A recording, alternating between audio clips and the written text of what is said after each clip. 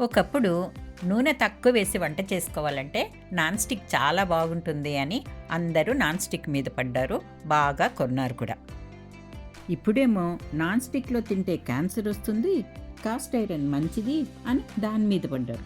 అవి కూడా ఇప్పుడు మంచి ఎనామిల్ పెయింట్తో, మంచి టెంప్టింగ్ కలర్స్తోనూ వస్తున్నాయి.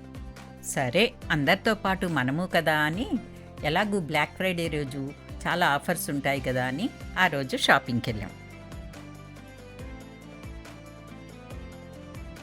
ఇక స్టోర్లో గిన్నెలు చూస్తే ముట్టుకుంటే మాసిపోయేలా ఎంతో కలర్ఫుల్గా, స్మూత్గా, కాస్ట్ ఐరన్కి కాలం కలిసొచ్చింది అన్నట్టున్నాయి. సరే అని ఒక గిన్నె చేతిలోకి తీసుకుంటే అప్పుడు తెలిసింది దీంట్లో వండాలంటే ముందు మనకు బలం ఉండాలని. అంత బరువు ఉన్నాయి. గిన్నెలే బరువు అనుకుంటే వాటి రేటు ఇంకా బరువు ఉంది. అన్ని 20% సేల్లో ఉన్న ఒక్క గిన్నె $270 నుంచి $500 వరకు ఉంది.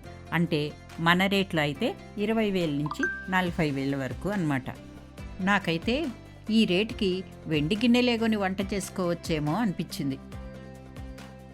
అలా మేము 2 షాపులు చూస్తే కంపెనీలు అయితే వేరే, కానీ రేట్లు మటుకు అవే ఉన్నాయి.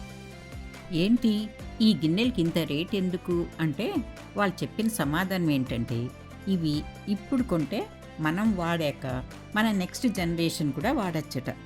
అంత మంచి క్వాలిటీ ఈ గిన్నెల మీద ఉండే ఎనామిల్ అసలు పోనే పోదట. అంటే వీటిని కూడా మన ప్రాపర్టీ లెక్కల్లో వేసుకుని 2 పిల్లలు 2 గిన్నెలు ఉన్నాయనుకోండి, చెరొక గిన్నె ఇవ్వాలేమో. సరే, కాస్కోలో కూడా ఉన్నాయి కదా, ఒకసారి అక్కడ కూడా చూద్దాం అనుకొని ఇంటికొచ్చేసాం.